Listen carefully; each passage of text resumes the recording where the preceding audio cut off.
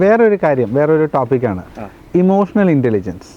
അത് എത്രത്തോളം നമുക്കത് അറിഞ്ഞിരിക്കേണ്ട ആവശ്യമുണ്ട്? അതെങ്ങനെ നമുക്ക് കൺട്രോൾ ചെയ്യാൻ സാധിക്കും? വളരെ നല്ല ഇൻട്രസ്റ്റിംഗ് ആയിട്ട് ചോദ്യമാണ്.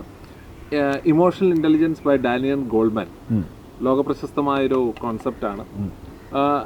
4 pillars ഓഫ് ഇമോഷണൽ ഇൻ്റലിജൻസ് ആണുള്ളത്.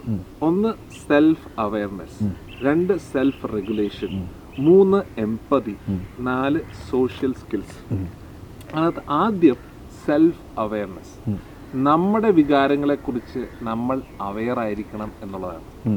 അപ്പോൾ പലപ്പോഴും നമ്മൾ നമ്മുടെ വികാരങ്ങളെ പ്രകടിപ്പിക്കാറില്ല, നമ്മളത് അടക്കി വെക്കും. പക്ഷേ ഈ വികാരങ്ങൾ എന്ന് പറയുന്നത് പ്രകടിപ്പിക്കാനുള്ളതാണ്. അത് അനുയോജ്യമായിട്ട് പ്രകടിപ്പിക്കണം എന്ന് മാത്രം. ഒരു ഉദാഹരണം പറഞ്ഞു കഴിഞ്ഞാൽ, നമ്മുടെ വീട്ടിൽ വിരുന്നുകാർ വരും. വിരുന്നുകാർ വന്നാൽ നമ്മൾ എന്ത് ചെയ്യും? അവരെ ഇരുത്തി ഭക്ഷണം കൊടുത്ത് കുറച്ച് കഴിയുമ്പോൾ അവർ പോകണം. പക്ഷെ നമ്മൾ ഈ വിരുന്നുകാരെ മുറിയിട്ട് പൂട്ടിയാലോ? അവരവിടെ കിടന്ന് ബഹളം ഉണ്ടാക്കും. അതുപോലെ തന്നെയാണ് വികാരങ്ങളും.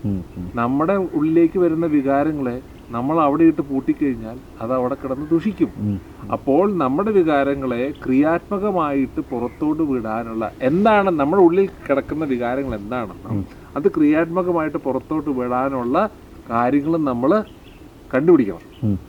അതാണ് സെൽഫ് അവെയർനെസ്. നമ്മുടെ ഈ വികാരങ്ങളെ കുറിച്ചുള്ള അവെയർനെസ് നമുക്ക് ഉണ്ടായിരിക്കണം. അത് നമ്മുടെ ഇമോഷണൽ വെൽബീയിങ്ങിന് വളരെ ഇമ്പോർട്ടൻ്റ് ആയിട്ടുള്ള കാര്യമാണ്.